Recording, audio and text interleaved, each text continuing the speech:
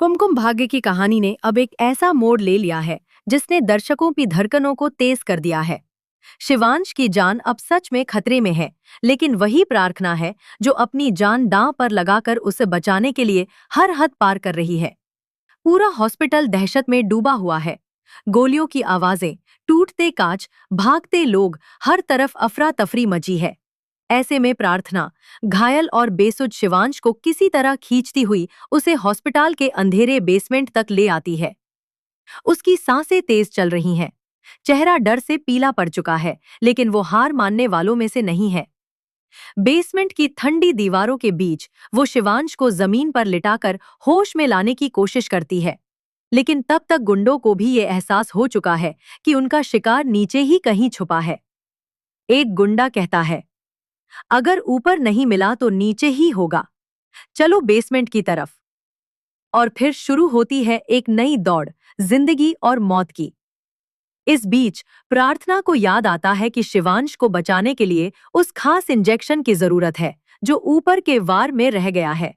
डर के बावजूद हिम्मत जुटाकर वो दौड़ती है उस वार्ड तक। वहां का मंजर देख उसके रोंगटे खड़े हो जाते हैं। खून के छींटे, टूटी मशीनें और फर्श पर बिखरी जिंदगी की लड़ाई की कहानियां। लेकिन वो रुकती नहीं, इंजेक्शन लेकर वापस बेसमेंट की तरफ दौड़ पड़ती है। शिवांश को जैसे ही इंजेक्शन देती है, कुछ पलों बाद उसकी आंखें धीरे धीरे खुलती है। शिवांश जी, प्लीज होश में आइए, ये लोग मुझे मार डालेंगे, वो कांपती आवाज में कहती है। और तभी धीरे से आवाज आती है, जब तक मैं जिंदा हूं तुम्हें कोई हाथ नहीं लगा सकता। प्रार्थना की आंखें भर आती हैं और वो उसे गले से लगा लेती है। उन दोनों का ये गले लगना डर, मोहब्बत और भरोसे से भरा होता है। लेकिन कहानी यही नहीं रुकती। पीछे से गुंडों का झुंड बेसमेंट में दाखिल हो चुका होता है। वो फुसफुसाते हैं, वो दोनों यही हैं, खत्म कर दो इन्हें। और जैसे ही एक गुंडा प्रार्थना पर बंदूक तानता है, तभी शिवांश पूरी ताकत से उठ खड़ा होता है।